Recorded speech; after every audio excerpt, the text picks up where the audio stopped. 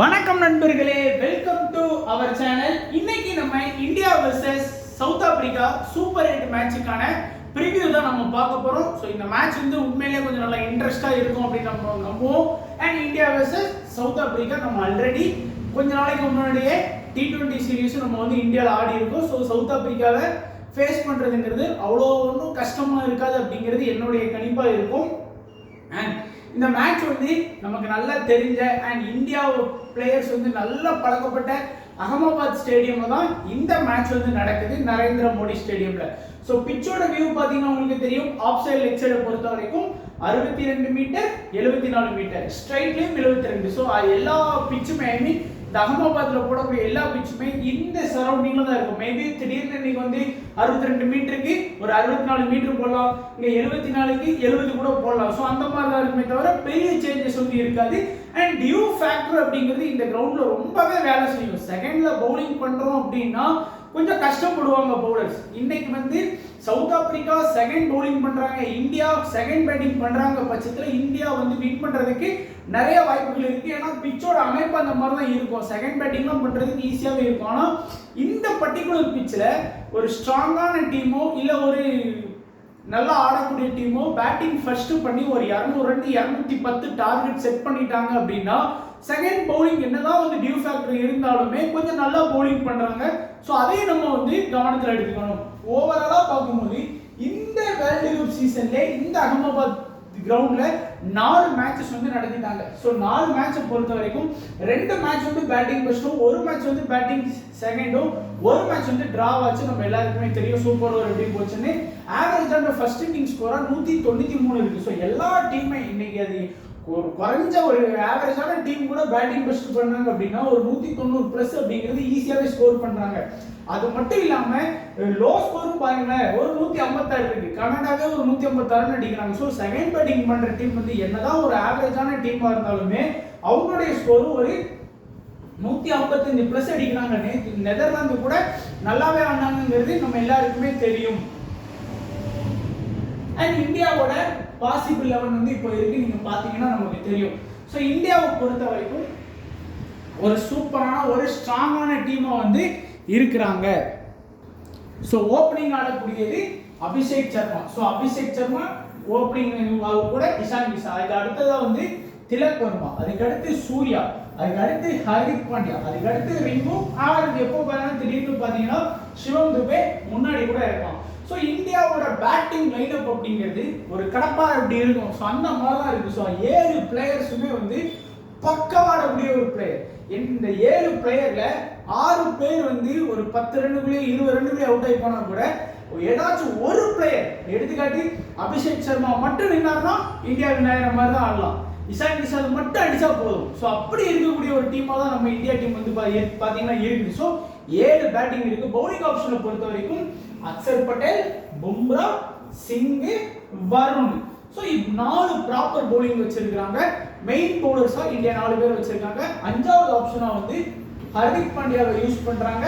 6வது ஆப்ஷனா சிவம் துபேயையும் இப்போ வந்து பவுலிங் ஆப்ஷன்ல நல்லாவே வந்து இந்தியா டீம் வந்து பயன்படுத்திட்டு இருக்கிறாங்க. அதுக்கு அடுத்ததா சவுத் ஆப்பிரிக்கா. சவுத் ஆப்பிரிக்காவோட பாசிபிள் 11 பார்க்கும்போது ஒரு நல்ல டீமா வந்து சூப்பரா வந்து ஒரு ஆன் பேப்பரும் இருக்கு, ஃபீல்ட்லயும் வந்து இருக்கு. ஸோ ஓப்பனிங் ஆடக்கூடியது இங்க மார்கரமும் டீகாக்கும் வந்து ஓப்பனிங் ஆடி கொடுத்துட்டு இருக்காங்க. ரெகுலட்டன் 1 டவுன் வராரு, 2 டவுன் நம்ம பிரீவிஸ் வராரு, 3 டவுன் நம்ம மில்லர் வராரு, and 4th down and Stubbs வராங்க. ஸோ சவுத் ஆப்பிரிக்கா வந்து 6 ப்ராப்பரான பேட்டிங் வச்சிருக்காங்க. இந்தியா வந்து 7 பேட்டிங் வச்சிருந்தாங்க, சவுத் ஆப்பிரிக்கா வந்து 6 பேட்டிங் வச்சிருக்காங்க. ப்ராப்பரா வந்து சவுத் ஆப்பிரிக்கா 5 பவுலிங் ஆப்ஷன் வச்சிருக்காங்க. யாரெல்லாம்? Jansen, George லிண்டே. ஸோ இந்த இடத்துல போஷ் ஆடுறதுக்கு வாய்ப்புகள் இருக்கு. ஸோ அவர் வந்து இவர் அவுட் ஆகலாம், அவர் வந்து இன் ஆகலாம். காரணம் என்ன அப்படின்னா, ஆனா 4 ஃபாஸ்ட் வச்சு இந்தியா பிச்சில் இந்த பில்ல ஆடுவாங்கிறது கொஞ்சம் டவுட் தான். ஸோ அதனால ஜார்ஜ் லிண்டே வந்து ஆடுறதுக்கு வாய்ப்பு இருக்கு. அண்ட் ரபடா, அதுக்கப்புறம் வந்து பார்த்தீங்கன்னா மகராஜி, இங்கிடி. ஸோ ரபடாக்கு பதிலாகவே நோக்கி அவரை வந்து இறக்குறது கூட பாசிபிலிட்டி இருக்கு. ஸோ ஏன்னா ரபடா வந்து இந்த சீசன்ல கொஞ்சம் விக்கெட்ஸ்லாம் வந்து பெருசா எடுத்து கொடுக்கல அப்படிங்கிறதுனால அவர் வந்து நல்லா SC T20ல செம்ம ஃபார்ம்ல இருந்தாரு. லாஸ்ட் மேட்சுமே யூஏஇக்கு அகேன்ஸ்டாக ஒரு 2 விக்கெட்ல எடுத்தார், நல்லா ஹோல்ட் பண்ணார். மேபி ரபடா அவுட் ஆயிட்டா வின் அப்படின்னா ஒரு பெரிய சேஞ்ச் ஆகுது சவுத் ஆப்பிரிக்காவில் இருக்கும். ஸோ பவுலிங் ஆப்ஷன் நம்ம கொஞ்சம் பார்க்க தான் செய்யணும். ஏன்னா பாருங்க, ரபடா வந்து எல்லா மேட்சுமே 4 ஓவர் பவுல் பண்றாரு. அதில் லாஸ்ட் 2 மேட்சாவே விக்கெட் லெஸ்ஸாக தான் இருக்கு. விக்கெட் பெருசாக கிடைக்க மாட்டேங்குது அவருக்கு. முன்னாலாம் ரபடா போட்டாலே ஒரு 3 விக்கெட் 2 விக்கெட் அந்த மாதிரிலாம் எடுப்பார். இப்போ அது கொஞ்சம் மிஸ் ஆகுது. ஸோ அதனால மேபி அவர் வந்து இன் ஆகிறதுக்கு வாய்ப்புகள் இருக்கு. ஸோ இப்போ இந்தியாவை பொறுத்த வரைக்கும் ஒரு சூப்பரான டீம் தான் நம்ம பார்த்துருக்கோம். ஃபர்ஸ்ட் பவுலிங் ஆப்ஷனை பொறுத்த வரைக்கும் 4 பேர், வருண், சிங், பும்ரா, அக்சர். ஸோ வாஷிங்டன்ல அந்த மேட்ச் இறக்குற வாய்ப்பு. அது லாஸ்ட் மேட்ச் வந்து இந்தியாவுக்கு உப்பு ஜப்பானி மேட்ச்ங்கிறதுனால வாஷிங்டனுக்கு ஒரு வாய்ப்பு அவ்வளோதான் கொடுத்தாங்க. அண்ட் வருண் கிட்ட இருந்து நான் எப்பவும் சொல்றது தான், மினிமம் 1 ல இருந்து 2 விக்கெட் கண்டிப்பா மேட்ச் எடுப்பாரு. இங்க பாருங்க, 1 விக்கெட், 3 விக்கெட், 2 விக்கெட், 3 விக்கெட் எடுத்து கொடுக்குறாரு. மினிமம் வருண் கிட்ட இருந்து 1 ல இருந்து 2 விக்கெட் எதிர்பார்க்கலாம். காரணம் அவருடைய ஸ்பின், அப்படிப்பட்ட ஸ்பின்னு பிளஸ் லெக் ஸ்பின்னு, ஆஃப் ஸ்பின்னு, ரொம்ப நம்ம டீப்பா போகணும். வருண்னாலே 1 விக்கெட் 2 விக்கெட் கண்டிப்பா எடுத்து கொடுக்கக்கூடிய ஒரு டேலண்டான ஸ்பின்னர். அதே போல சிங் கிட்ட இருந்துமே நீங்க 1 ல இருந்து 2 விக்கெட் வரைக்கும் கண்டிப்பா எதிர்பார்க்கலாம். ஆஸ் யூசுவல் பும்ரா கிட்ட இருந்து 1 ல இருந்து 2 விக்கெட் வரைக்கும் நீங்க எதிர்பார்க்கலாம். அக்சர் பட்டேல் இந்த வேர்ல்டு கப்ல நல்ல ஃபார்ம்ல ஃபர்ஸ்ட் 3 மேட்ச் பாருங்க, 4 ஓவர் போட்டு 2, 3 ஓவர் போட்டு 2, 4 ஓவர் போட்டு 2, அதுக்கு முன்னாடி நடந்த சீரிஸ் எல்லாமே நல்ல ஃபார்ம்ல ஆனாரு. ஸோ அவர்கிட்ட இருந்தும் 1 ல இருந்து 2 விக்கெட் வரைக்கும் எதிர்பார்க்கலாம். ஸோ இந்த 4 பவுலர்ஸுமே இம்பார்ட்டன்ட் தான். இதுல வந்து சிங் வந்து இன்னைக்கு கொஞ்சம் கம்மியா அப்படிலாம் கிடையாது. ஸோ வேணா இந்த 4 பேர்ல ஒரு 3 பேர் வேணும் அப்படின்னு நினைச்சீங்க அப்படின்னா, ஒரு 3 பேர் நல்ல ஒரு காம்பினேஷனா அப்படி பார்த்தோம் அப்படின்னா, அக்சர், பும்ரா, வருண், இது ஒரு காம்போவா இருக்கும். அப்படி கூட நிறைய பேர் பார்ப்பாங்க. சில பேர் வந்து பாத்தீங்கன்னா வருண், சிங், பும்ரா இந்த ஒரு காம்போவை பார்ப்பாங்க. சிலர் வந்து அக்சர், சிங், வருண் இந்த மாதிரி 4ல 3 அப்படி கூட நிறைய பேர் வந்து பார்க்கறதுக்குலாம் வாய்ப்புகள் இருக்குது. ஸோ அடுத்ததா பேட்டிங்கை பொறுத்த வரைக்கும் அபிஷேக் சர்மா தொடர்ந்து பார்த்தீங்கன்னா 3 மேட்ச் வந்து டக்கு. லாஸ்ட் மேட்ச்லாம் நான் நல்லா ஆடுவார் நினைச்சேன். பட் அதுவும் வந்து பார்த்தீங்கன்னா நெதர்லாந்துக்கு அகேன்ஸ்டா ஃபெயிலியர் ஆயிட்டு, அதுக்கு முந்தின மேட்ச் டக்கு, அது ஃபர்ஸ்ட் மேட்ச் டக்கு. அப்படிங்கும்போது டக்கு வந்து அதிகமாக இருக்கு.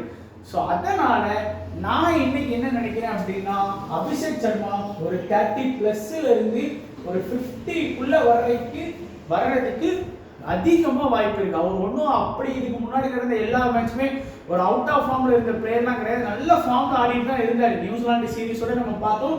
என்னமோ தெரியல, ராசி இங்க வந்து எல்லாம் டக் அவுட்ல போயிட்டு இருக்கிறாரு. இருந்தாலும் இன்னைக்கு மேட்ச்ல நம்ம எக்ஸ்பெக்ட் பண்ணலாம். இன்ஷாட் கிஷன் நல்ல ஃபார்ம்ல தான் ஆடிட்டு இருக்கிறாரு. அண்ட் நம்ம திலக்கே எப்பவும் போலதான், அந்த கன்சிஸ்டன்சி தான் அது திலக்கு. எல்லா மேட்சுமே ஒரு 20+. அதே போலதான் சூர்யாவும் ஆடுவாரு. அண்ட் ஹர்திக் பாண்டியாக்கு வந்து பவுலிங் பிளஸ் பேட்டிங் அட்வான்டேஜ் இருக்கு. ஸோ இந்த டாப்ல வந்து பாத்தீங்கன்னா நான் ரிஸ்கா நீங்க வந்து பாக்குறது வந்து, நான் வந்து அபிஷேக் சர்மா நீங்க பாக்குறேன் கண்டிப்பா அடிச்சு கொடுப்பாருன்னு. அண்ட் இஷான் கிஷன், அதுக்கப்புறம் வந்து திலக் வர்மா, அப்புறம் சூர்யா, அடுத்து வந்து பாண்டியா. பட் இந்த மாதிரி சிவம் துபே மாதிரியான ஆல்ரவுண்டரும் வந்து ரொம்ப இம்பார்ட்டன்டா இப்போ வந்து இந்தியா டீமுக்கு வந்து இருக்கிறாங்க. காரணம் என்னன்னா, பேட்டிங்லயும் வந்து ஆடி கொடுக்குறாங்க, பவுலிங்லயும் பண்ணி கொடுக்குறாங்க. இந்த மேட்ச்ல பாத்தீங்கன்னா 2 மேட்ச்ல வந்து சிவம் துபே பவுலிங் பண்ணி விக்கெட் எடுத்து கொடுத்துருக்காரு 4 மேட்ச்ல. அது மட்டும் இல்லாம பேட்டிங்லயும் ஒரு கணிசமான ரன் ஆடிடுறாரு சிவம் துபே. ஸோ அதையும் நம்ம வந்து கொஞ்சம் நோட் பண்ண வேண்டியிருக்கு. சவுத் ஆப்பிரிக்காவை பொறுத்த வரைக்கும் கொஞ்சம் நல்ல டாப்ல வந்து மார்க்ரம் வந்து நல்ல ஒரு ஃபார்ம்ல ஆடிட்டு இருக்கிறாரு. டீகாக்கும் வந்து ஒரு நல்ல ஃபார்ம்ல தான் ஆடுறாரு. பட் இருந்தாலும் 2 ஓப்பனரை கம்பேர் பண்ணீங்க அப்படின்னா, என்ன பொறுத்த வரைக்கும் மார்க்ரம் வந்து கொஞ்சம் நல்ல பெஸ்ட், நல்ல குவாலிட்டியா வந்து பாத்தீங்கன்னா ஆடுறாரு. டீகா கூட கொஞ்சம் நல்லா சுத்தி ஆடுறாரு. பட் அது மிஸ் கூட ஆகலாம். ஃபர்ஸ்ட் பால்லே கூட டீகாக்கு வந்து டக் அவுட் ஆகி போகலாம், அது கூட வாய்ப்பு இருக்கு. பட் மார்க்ரமை பொறுத்த வரைக்கும் கொஞ்சம் நல்லா ஆடி கொடுக்கறதுக்கு வாய்ப்புகள் இருக்கு. ரிக்லட்டன் இந்த T20 வேர்ல்டு கப்ல பொறுமையா நல்லா உருட்டி ஒரு 25+ ரன் எல்லா மேட்சுமே ஒரு கன்சிஸ்டன்சி கொடுத்துட்டு இருக்காரு. ஸோ ஒரு ஆவரேஜான ஒரு பிளேயரா இருக்கிறாரு. பிரீவிஷன் நம்ம நம்பவே முடியாது. நல்லா விளாடுவார் நினைப்போம், அன்னைக்கு தான் அவுட் ஆகி போவார். இந்த மாதிரி 6 ரன்ல போவார். சரி, இன்னைக்கு நல்லா விளாட மாட்டார் நினைப்போம், அன்னைக்கு தான் பாத்தீங்கன்னா ஒரு 36 ரன் வந்து அடிச்சு கொடுப்பாரு. ஸோ அந்த மாதிரி பிளேயர் தான் பிரீவிஷ். ஹிட் ஆர் மிஸ் எல்லா பாலையுமே அடிச்சு விட நினைப்பாரு. அது அவருக்கு பாசிட்டிவாகவும் போகலாம், நெகட்டிவாகவும் போகலாம். மில்லர் மாதிரியான பிளேயர் வந்து ஒரு 20-30 ரன் கன்சிஸ்டன்சி ஆடக்கூடிய பிளேயர். ஸ்டப்ஸை நம்ம வந்து எல்லா மேட்சும் கன்சிஸ்டன்சியா கொடுப்பாரு நம்ம சொல்ல முடியாது. ஸோ அந்த காரணத்தினால என்ன பொறுத்த வரைக்கும் மார்க்ரம், ரிக்லட்டன், அப்புறம் வந்து மில்லர், இந்த 3 பிளேயர் வந்து கொஞ்சம் கன்சிஸ்டன்சி ஆடக்கூடிய பிளேயரா இருக்கிறாங்க. யான்சன் கண்ண மூடிட்டு செலக்ட் பண்ணிடலாம், நல்ல ஃபார்ம்ல விக்கெட் எடுத்து கொடுக்குறாரு. அதே போல வந்து இங்கேயும் வந்து நல்ல ஃபார்ம்ல வந்து இருக்கிறாரு. ஸோ ரெண்டு ஃபாஸ்ட் பவுலர்ஸையுமே நம்ம வந்து கண்ணை மூடிட்டு இது பண்ணலாம், நம்பலாம். அவங்கள இன்னைக்கு இந்தியாவுக்கு அகைன்ஸ்டா விளையாடும் போது சவுத் ஆப்பிரிக்கால விக்கெட் எடுத்தாங்க அப்படின்னா அது யான்சனோட பங்களிப்பும் இருக்கும், இங்கிடியோட பங்களிப்பும் இருக்கும். அண்ட் இந்த ரெண்டு ஸ்பின்னர்ல கொஞ்சம் எக்ஸ்பீரியன்ஸ் வைஸா பார்க்கும்போது மகராஜ் வந்து கொஞ்சம் ஓகேவா இருக்கிறதுனால நீங்க மகராஜ் கூட ட்ரை பண்ணலாம். இல்லை அப்படின்னா நீங்க வந்து ஜார்ஜ் லிண்டே கூட ஃபோக்கஸ் பண்ணலாம். ஸோ அந்த போச் ஆடினார் அப்படின்னா அவரை கூட உங்க கணிப்பில் வந்து கொஞ்சம் வச்சுக்கோங்க. ஏன்னா அவருக்கு பேட்டிங் ப்ளஸ் பவுலிங் ஆப்ஷன் வசணும். ஸோ அந்த காரணத்தினால ஸோ அவ்வளோதான் நம்மளுடைய கணிப்புகள் எல்லாமே வெற்றியடைய வாழ்த்துக்கள். நீங்களும் தொடர்ந்து நம்ம யூடியூப் சேனலை சப்போர்ட் பண்ணுங்க, வீடியோ பாருங்க, லைக் பண்ணுங்க, உங்க நண்பர்களுக்கு ஷேர் பண்ணுங்க. வீடியோ பார்த்த எல்லா நண்பர்களுக்கும் நன்றி, வணக்கம். தேங்க்ஸ் ஃபார் வாட்சிங்.